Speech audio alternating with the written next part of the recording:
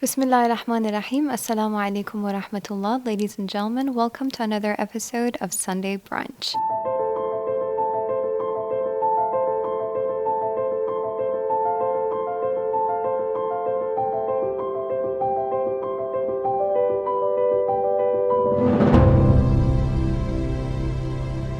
Today we're going to be talking about one of the current events, which is a virus that has put the world in a state of emergency. It has already claimed 400 lives, and 18,000 people have been infected across 25 countries. Assalamu alaikum wa rahmatullah, Sayyidina. Alaikum assalam wa rahmatullah. Thank you for being with us.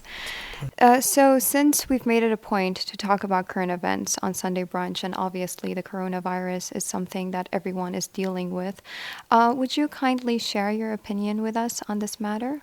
Bismillah ar-Rahman ar-Rahim. I think the world is experiencing something that can unite their sentiments altogether, which is the fear of a natural disaster. And this is not the first time that such an event takes place, obviously. There have been viruses of this sort that have been spread around the world and globally and put the world in a state of emergency in the past. Between 2002 and 2003, the SARS infection killed more than 8,000 people and infected more than 750,000 people around the world. It was spread in 37 countries. However, what is interesting is that this virus began from the same place. This coronavirus began from the same place that the SARS virus did, and that is the seafood market in China. If you watch the news and if you read the articles, you realize that those guys are not selling seafood there. They're selling literally everything and anything that you can imagine. And I was reading, and the list by itself is like mind-boggling. It is, selling skin birds, snakes, raccoon dogs, cats, bats, insects. There's something called the civet cat, which is it's like a scary looking wild cat that they believe the virus could have been from this animal or bats or whatever it may be, but they believe today, experts believe that the virus, the infection, was within the animals, and then it was transferred from the animals into the human beings. And the first person who actually went to to get treatment after the virus, one person, just by being at the healthcare center, spread the virus to 14 healthcare workers. Oh no. So imagine how fast and how dangerous this virus was spreading. Talking about this Wuhan outbreak reminds me of a book I read. The book is by Jared Diamond, Guns, Germs, and Steel. It's one of the bestsellers around the world. I've read this book twice. Very interesting book. Very interesting book. I really wanted to mention this at today's show.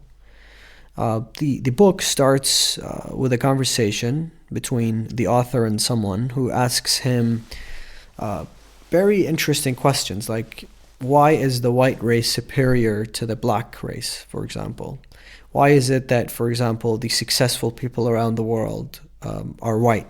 And why is it that the majority of black people in Africa and different parts of the world aren't successful? Does this have anything to do with our genes, with our creation? And he wanted an explanation from Jared Diamond.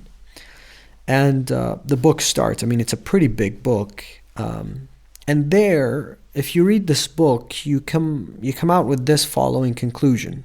I mean, at least I did. That today, when you hear, for example, atheists saying, well, what kind of God is this? That, there is, for example, when an outbreak like this, a virus spreading around the world, claiming the lives of, for example, 400 people, it could go up to innocent people. children, innocent people. What crime have they committed? How can there be a God and then this God is watching this? Yeah.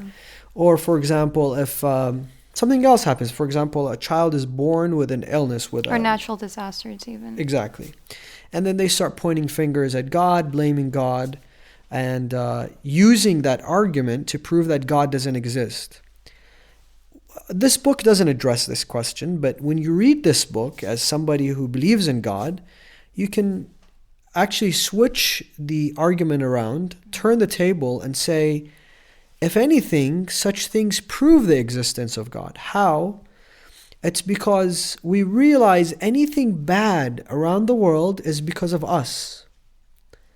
Look at the food those guys are eating. It's not just the religion of Islam. Every religion says you cannot consume such animals.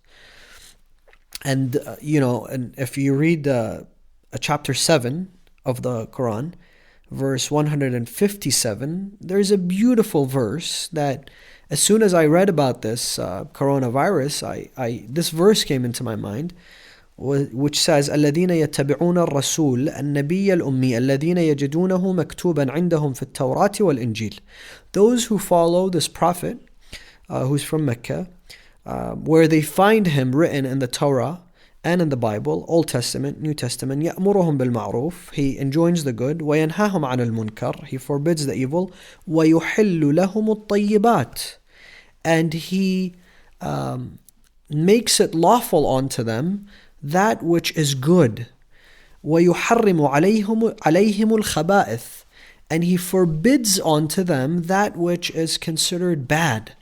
So once Islam says, eat this and don't eat this, it's not like, God has this thing about, us having to eat sheep and cow versus cats and bats. No, it's for our own good. It's for the good of humanity all around the world. Look at what the world's experiencing today. If those people were looking at major religions and what major religions have to advise them in order to what to eat and what not to eat, then the whole world today would not be at risk of having to suffer from such an outbreak. Or even the ecosystem. I mean, so many animals are endangered because of man's relentless hunger for things that he wasn't even allowed to pursue. So I believe, if one looks at, for example, this book, Guns, Germs, and Steel, you realize that basically everything that's going wrong in the world is because of us. And if we were to actually behave according to the teachings of the Abrahamic religions, I think the world would be a much better place. So basically, it's bima kasabat aydihim. Exactly, and that's another verse in the Quran that says, whatever good is from Allah, and whatever bad is because of our own wrongdoings. What we bring upon ourselves. Thank you very much, Sayyidina. And thank you, brothers and sisters, for being with us. Make sure to share with us your comments, suggestions, questions, and inshallah ta'ala, in future episodes of Sunday Brunch, we will discuss them. Until next time, we leave you in the care and protection of Allah. Wassalamu alaikum wa rahmatullah.